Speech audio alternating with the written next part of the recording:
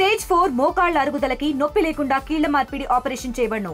Doctor Ramesh Gajula, endoscopic spine ortho surgeon and pain physician, Panacea spine pain ortho and sleep centre, Uppal, Hyderabad. బీసీల 42% రిజర్వేషన్లపై high court stay విధించడాన్ని ఎట్లా చూస్తున్నారు? ఇప్పటి వరకు బీసీలకు సంబంధించినటువంటి రిజర్వేషన్లు అందరి ద్రాక్షగానే మిగులుతాయా, లేకపోతే తమిళనాడు తరహాలో ఒక స్ట్రాటజికల్గా ముందుకు వెళ్ళి అనుకున్న లక్ష్యాలను సాధించే విధంగా ఉంటాయా? అసలు ప్రభుత్వాలకు చిత్తశుద్ధి ఉందా? విపక్షాలు ఏం చేస్తున్నాయి? ఒక్కొక్కరు బీసీ సంఘాలు మాత్రం ఎప్పుడు తమ జీవితాలు అంధకరంలోకి వెళ్తున్నాయి, జనాభా ప్రాతిపదికన రాజకీయ ప్రాతినిధ్యం తమకు కావాలన్నటువంటి ఆలోచనల నేపథ్యంలో ఎప్పుడు జనరల్ సీట్ వచ్చినా కానీ ఉన్నత వర్గాలకే వెళ్తుంది తప్ప జనరల్ స్థానంలో బీసీలు పోటీ చేసేటువంటి అవకాశం లేదు. ఇప్పటి వరకు రాజకీయ అస్తిత్వము దాని మనుగడనే ప్రశ్నార్థకంగా మారుతున్నటువంటి తరుణంలో ఒక బీసీల జీవన విధానం రాజకీయ పరంగా ఒక అగమ్య గోచర వాతావరణంలో ఉందంటూ బీసీలు ఎప్పటి నుండో ఇక్కడ ఆందోళనలు చేస్తున్నటువంటి నేపథ్యంలో మొన్న తాజాగా 42% సీట్లు కేటాయిస్తానని చెప్పి రాష్ట్ర ప్రభుత్వం చెప్పడం కూడా కొంత ఇబ్బందికర వాతావరణం నుంచి బయటపడ్డామన్నటువంటి ఆలోచనలు వచ్చినాయి. కానీ నిన్న హైకోర్టు చెప్పినటువంటి విధానాన్ని చూస్తే మళ్ళీ స్టే విధించిన తర్వాత బీసీల ఆలోచన విధానం ఎట్లా ఉండబోతుంది, అసలు ఇది అందని ద్రాక్షగా ఉంటుందా, లేకపోతే ఎటువంటి పరిణామాలు రాబోతున్నాయి, అసలు బీసీల మనోభావాలు ఎలా ఉన్నాయి, ఒక క్లారిటీ అయితే అందరిలో ఉంది. కానీ ఇప్పటి వరకు దాని ఇంప్లిమెంటేషన్ ఒక సీక్వెన్స్ ప్రకారం నడవలేదన్నటువంటి ఒక ఆందోళన వ్యక్తమవుతున్న నేపథ్యంలో బీసీ సంఘాల నాయకులు కూడా మనతో ఉన్నారు. ఒకసారి ఉమ్మడి వరంగల్ జిల్లా వ్యాప్తంగా కూడా అనేక ఆందోళన కార్యక్రమాలు కూడా 1 by 1 చేస్తున్న నేపథ్యంలో అసలు ఎట్లాంటి పరిస్థితులు రాబోయే రోజుల్లో ఇక్కడ తెలంగాణలో ఉండబోతున్నాయి, బీసీల అస్తిత్వం ఎలా ఉండబోతుంది? ప్రస్తుతానికి సుందరరాజు యాదవ్ గారు వారు మాజీ కూడా చైర్మన్గా పనిచేశారు. అలాగే తెలంగాణ ఉద్యమంలో కీలకంగా పనిచేస్తున్నటువంటి ఒక విద్యావేత్తగా వారు ఇప్పటికే అనేక అంశాల మీద బీసీల సమస్యల మీద స్పందిస్తున్న నేపథ్యంలో వారి స్పందన ఎలా ఉండబోతుంది, ఇక్కడ హైకోర్టు నిర్ణయాన్ని ఎట్లా చూస్తున్నారు, అసలు ప్రభుత్వాల చిత్తశుద్ధిని ఏ విధంగా చూస్తారో ఒకసారి వారి మాటలోనే వినే ప్రయత్నం చేద్దాం. నమస్తే సార్. ఇప్పటి వరకు బీసీలకు సంబంధించి దోబూచులాటనే కనిపిస్తుంది. ఎక్కడ చూసినా కానీ చిత్తశుద్ధి ఉందా అంటే అది ప్రశ్నార్థకంగానే ఉందని చెప్పి బీసీలు కూడా ఎప్పటి నుంచో చెప్తున్నారు. ఇది గతంలో తమిళనాడు కూడా ఒక సీక్వెన్స్ ప్రకారం తీసుకెళ్ళింది, కానీ వాళ్ళు సక్సెస్ అయ్యారు కేంద్ర ప్రభుత్వాల అఫిలియేషన్ తోటి. కానీ మరి ప్రభుత్వం ఇదంతా తెలిసి కూడా ఎందుకు సీక్వెన్స్లో వెళ్ళలేకపోతుంది అన్నట్టు అంటున్నారు. అసలు రాష్ట్రంలో ఎట్లాంటి పరిస్థితులు రాజకీయంగా కానీ సామాజికంగా కానీ ఎట్లా ఉండబోతున్నాయి? మీరు ఇన్నేళ్ళు ఉద్యమంలో కూడా పార్టిసిపేట్ చేస్తున్న నేపథ్యంలో మీ ఆలోచన విధానం ఎట్లా ఉంది? నిన్నటి హైకోర్టులో స్టే ఇవ్వడం అంటే బీసీల నోట్లో మన్ను కొట్టిల్లు. ఒక సైడు మేమందరం ఏకగ్రీవమైనాం, అన్ని పార్టీలు 42%కి అనుకూలం, దేన్నైనా అధిగమిస్తాం, ఈ క్యాప్నైనా అధిగమిస్తామని దాన్ని బీసీ ప్రజలు నమ్మిళ్ళు. కొంతవరకు, నేను అందరు నమ్మలేదు, లీగల్ పాయింట్లో ఏదో ఇష్యూ వస్తుంది. కానీ నిజంగా చిత్తశుద్ధి ఉంటే ఒకటి, ఎవరు వ్యతిరేకంగా కోర్టు పోకుండా చూసే బాధ్యత కూడా మీ చేతులు ఉండేది కదా. మీ వర్గానికి తెలిసిన వారే కదా ఇవాళ అడ్డుపడేది. అరే మనం అందరం కలిసి బీసీలకు కూడా అవకాశం కల్పిస్తామని ఇక్కడికి వచ్చినాం. మనం బీసీలకు కూడా మనతో పాటు తీసుకెళ్ళాలి. మంచి ఉద్దేశం కాక మీకు ఉంటే ఇవాళ అడ్డుపడడానికి మీ వర్గ వాళ్ళు రాకపో. మీరు 78 ఏళ్ళకి ప్రజాస్వామ్యంలో అందరికి అవకాశాలు ఉండాలి అంటేనే అది ప్రజాస్వామ్యం అవుతుంది. ఇది రాజరిక పాలన కాదు. రాజరిక పాలన అయితే మేమే ఉంటాం, మా మనవాళ్ళు ఉంటారు, మా కొడుకులు ఉంటారు, కొడుకుల తర్వాత మనవాళ్ళు ఉంటారు, మన తర్వాత మునిమనోడు ఉంటారు. ఆ సంస్కృతిని మీరు కొనసాగిస్తున్నారు కాబట్టి ఆ సంస్కృతికి ఇవాళ అడ్డుకట్ట వేయడానికి బీసీలందరూ ఐక్యమై రోడ్డెక్కుతాం. మాకు తెలంగాణ ఉద్యమాన్ని నడిపిన అనుభవం ఉన్నది. తెలంగాణ ఉద్యమానికి కూడా ఆనాడు సెప్టెంబర్ 9 ముందు అందరూ ఏకగ్రీవంగా అందరి పార్టీలు లెటర్లు ఇచ్చి తెలంగాణ ఎప్పుడైతే సెప్టెంబర్ 9కి డిక్లేర్ కావడితేనే ఎవరెవరు అడ్డుకున్నారో తెలుసు, దాంట్లో ఎవరో తెలుసు. ఇవాళ అదేవిధంగా ఇవాళ అసెంబ్లీలో ఏకగ్రీవం పాస్ అయినా కానీ అటో గవర్నర్ గారు సంతకం పెట్టరు, దానికో పార్టీ అడ్డుకుంటుంది, ఇదైపోయి కోర్టుకు తీసుకురావడానికి ఒకరు, ఎన్ని వాదనలు వెళ్ళినా కానీ ఇవాళ ఈడబ్ల్యూస్ తీసుకొచ్చినప్పుడు ఏనాడైనా పోరాటం జరిగిందా? ఆడ రాసేటోళ్ళు మీరేనా, బిల్లు పాస్ చేసేటోళ్ళు మీరేనా, ఇంప్లిమెంట్ చేసేటోళ్ళు మీరే కదా. ఆడ ఎవరు అడ్డుపడ్డానికి కదా. ఆడ 10% ఉంటే 10% తీసుకున్నారు. మీరు ఎంప్లాయ్మెంట్లో తీసుకుంటారు, అడ్మిషన్లలో తీసుకుంటున్నారు. మేము అదే అంటాను, మీ శాతం మీరు తీసుకోండి. రాజకీయంలో కూడా ఎస్సీ ఎస్టీ వాళ్ళకి దొరుకుతున్నది. ఇక మిగిలింది ఒక బీసీలే కదా, వాళ్ళకి ఎవరు అడ్డుపడుతున్నారో చెప్పండి. ఇవాళ అడ్డుపడితే మేమందరం ఏకమైతే మీ పార్టీలు ఏడుంటాయో మీరు తెలుసుకోవాలి. బీసీలు లేకుండా మీరు పార్టీలు నడపగలుగుతారా? ఇవాళ పార్టీలు అన్నీ బీసీల పక్షాన ఈ గట్టు మీద ఉంటారా, బీసీలకు వ్యతిరేక పక్షాన గట్టు మీద ఉంటారా మీరు తెలుసుకోవాల్సిన అవసరం ఉన్నది. నేను బీసీ నాయకులందరూ ఏ పార్టీలో మీరున్నా కానీ మీ పార్టీ నాయకులను క్లియర్ కట్గా అడగండి. ఇవాళ మీరు మా బీసీ పక్షాన ఆనాడు ఏంటి తెలంగాణ పక్షాన ఆంధ్రుల పక్షాన అడిగిళ్ళు, ఇవాళ బీసీ పక్షాన బీసీల వ్యతిరేక పక్షాన ఇవాళ తేల్చుకోవాలని అవసరం మీరు ఏ పార్టీలు ఉంటే ఆ పార్టీల క్లియర్ కట్టుకుంది. వీలైతే ఆనాడు తెలంగాణలో జాకెట్లు ఏర్పడిందో అన్ని పార్టీల తరఫుకి వెళ్ళి ఇవాళ బీసీ జాక్ ఏర్పడాలి, పొలిటికల్ జాక్ ఏర్పాటు చేసుకుందాం. మన హక్కు గురించే కదా. ఇవాళ మన పక్షాన పోరాడండి. ఇవాళ ఎవరైతే నేతలు ఉంటారో వారికే కదా అవకాశాలు వచ్చేటి. ఇవాళ ఒక పార్టీ లీడర్ అంటారు మేము మాత్రం 42% రాకుండా మీరు మాకిచ్చేది ఏంది పోయి బిచ్చాం గిన్నెలు ఇయ్యలేదు కానీ ఇవాళ వచ్చి ఇస్తాం అంటారా? మాకు జీవో తీసుకురండి, ఆడియన్స్ క్లియర్ కట్గా ఇది బీసీలది బస్ అంతే. మళ్ళీ నీకు లేదు కదా. బట్ నా పార్టీకి వెళ్ళి ఇస్తానంటే ఇక 2 పార్టీలు ఇస్తారు, 3వ పార్టీ ఆయన నిలబెడతారు ఓసీని. ఈ 2 పార్టీలు దాన్ని పాడేస్తారు, మాకే వచ్చింది. ఇవాళ మీరు జనరల్లా మీరు కూడా పోటీ చేయాలని ఒక ఆడినా నేను ఫేస్బుక్లో. అయ్యా ఇవాళ మీరు బలిసి బలంగా ఉన్నారు, కుస్తీ పోటీల్లో బక్కోడికి బలవంతుడికి పెడతారా ఎవరైనా? అరే మీ అంతా బీసీలంతా బక్కోలం పోయి మాది మాకు ఇవ్వండి అంటున్నాం. మీరు మంచిగా పుష్టిగా తయారయ్యి మీరు కుస్తీకి వస్తారంటే ఎట్లుంటుంది పోయి? అరే దాంట్లో కుస్తీలో పెట్టి మీరైనా గెలవచ్చు మేమైనా గెలవచ్చు. 78 వెళ్ళి ఎవడు గెలిచిండా? అంటే జనరల్ అంటే మాది అంటారు, ఓపెన్ కాంపిటీషన్ అంటే అరే అది మాది కదా. General is nothing but OC. ఓసీల వర్గాలు, ఓసీల కొన్ని వర్గాలకే నేను అది కూడా చెప్తాను. ఓసీలు అందరూ బీసీలకు వ్యతిరేకం కాదు. ఆ అగ్రవర్ణాలలో ఆ కులంలో కొద్దిమంది, నేను ఇది ప్రజాస్వామ్యంలో ప్రజలకు అందరికీ అవకాశాలు కల్పిస్తే మీకు అన్యాయం జరిగినప్పుడు మీరు వాయిస్ ఎత్తచ్చు కదా. ఇవాళ అన్యాయం జరిగిందని 78 ఏళ్ళకి మీరు లొల్లి పెడతాను. అరే ఏం అన్యాయం జరిగిందని మనం కూర్చోబెట్టి మాట్లాడచ్చు కదా. సీఎంలు మీరే ఉంటారు, మంత్రులు మీరే ఉంటారు, చైర్మన్లు మీరే ఉంటారు. అంటే ఇచ్చే కాడంతా మీరే ఉంటారు, ట్యాక్సులు కట్టే కాడ మాత్రం బీసీలు ఉంటారు. ఇక్కడ సంపాదన కూడగట్టడానికి బీసీలు కావాలి. కానీ బీసీల కాడ రాజ్యాధికారం నుండి ఎవరికెంత వాటా రావాలన్న కాడ మాత్రం వాడు ఉండేది. మేము అడుక్కునే బతికి 78 ఏళ్ళకి అడుక్కుంటే ఇంకా అడుక్కోవాలా. ఆ రోజు ఫుల్ స్టాప్ పెట్టడానికే ఇవాళ అందరం ఐక్యమైనాం.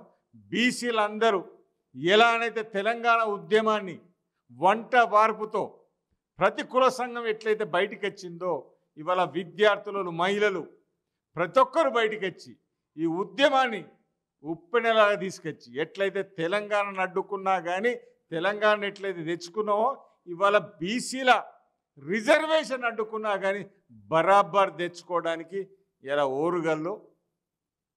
పోరుగల్లుగా మారబోతుంది బీసీల పక్షాన.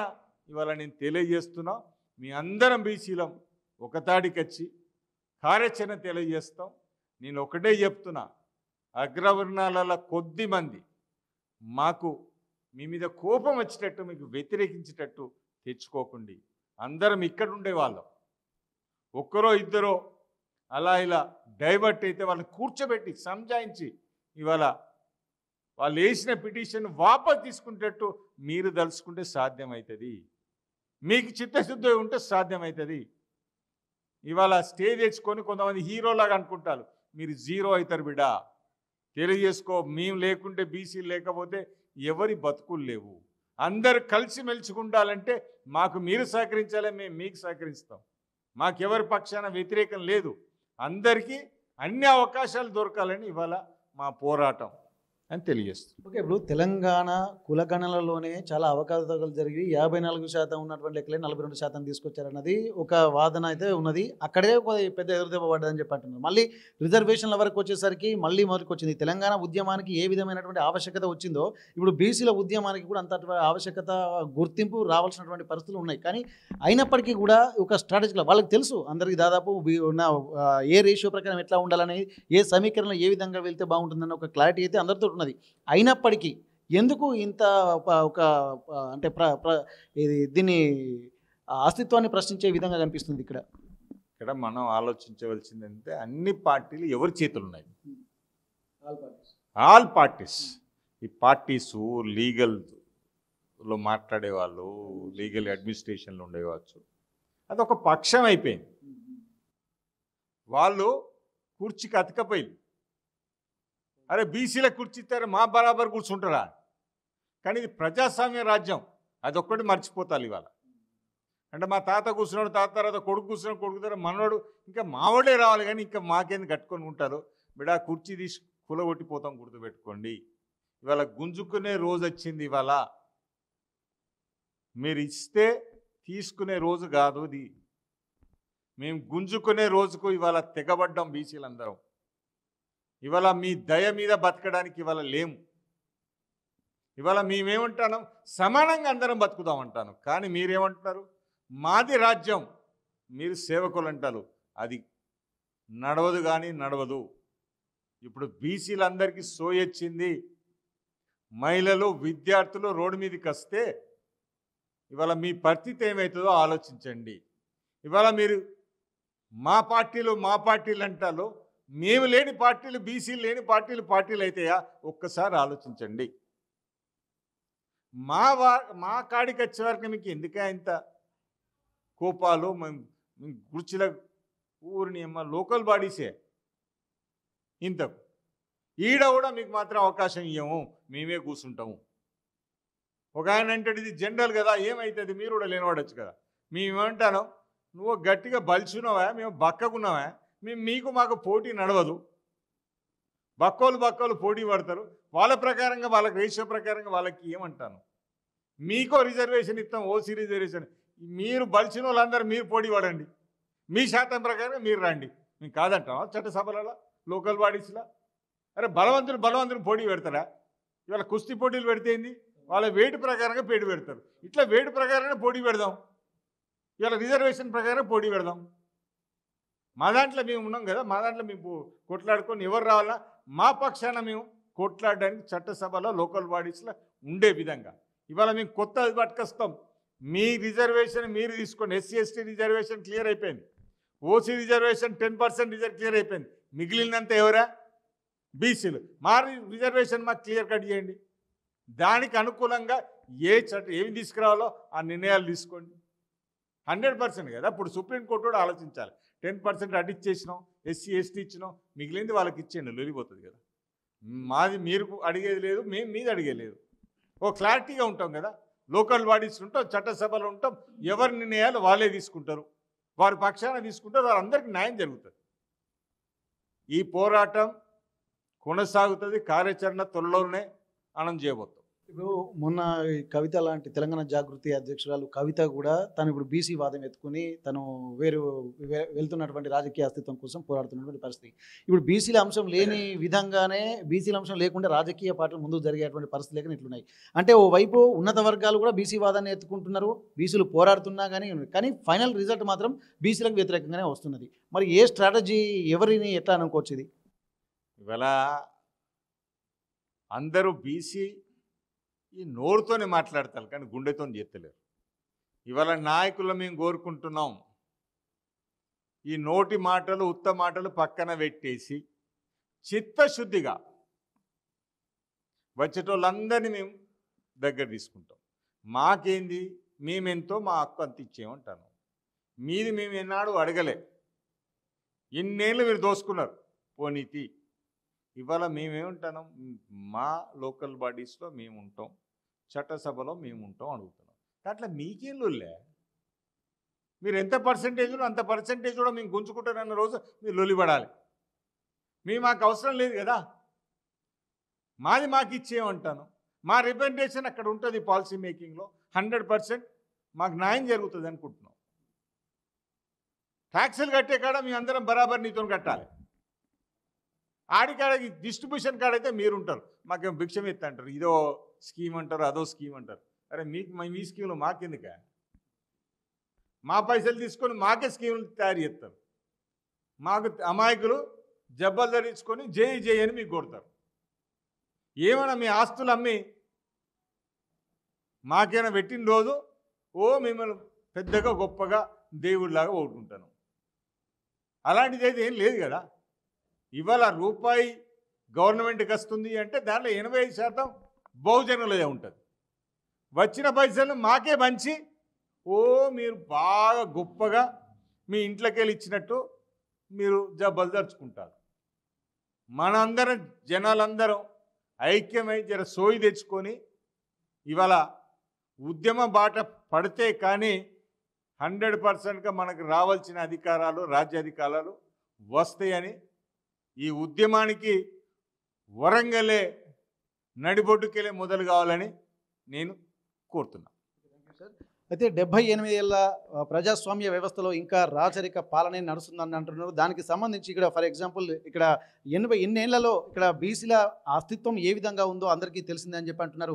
రాబోయే రోజుల్లో కూడా ఇప్పటికీ చిత్తశుద్ధితో మాట్లాడాలి, త్రికరణ శుద్ధిగా మాట్లాడాలి, ఒక స్ట్రాటజికల్గా కూడా బీసీలను దెబ్బ చేసేటువంటి కుట్రలు జరుగుతున్నాయి. కాబట్టి ఇప్పటికైనా త్రికరణ శుద్ధిగా మనస వాచ కర్మణ బీసీల యొక్క అస్తిత్వం నిలబడే విధంగా అన్ని పార్టీలు ఉండాలి.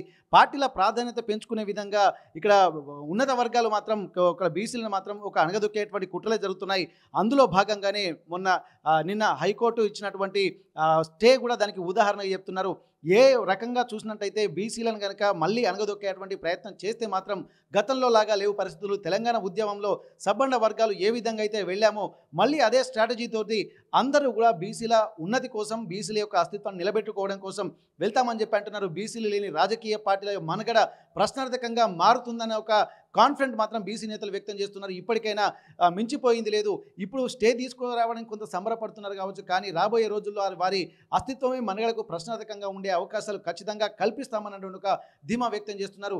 ఏదేమైనప్పటికీ మళ్ళీ రాబోయే రోజుల్లో వరంగల్ వేదికగా కూడా కార్యాచరణ ప్రకటించి తెలంగాణ రాష్ట్రంలో ఉన్నటువంటి బీసీ సంఘాలను కూడా కలుపుకొని పోయి మళ్ళీ రాజ్యాధికారం దిశగా దూసుకు వెళ్తామన్నటువంటి ఒక ధీమా మాత్రం ఇక్కడ ఉన్నటువంటి వరంగల్ బీసీ నేతలు వ్యక్తం చేస్తున్నటువంటి పరిస్థితి.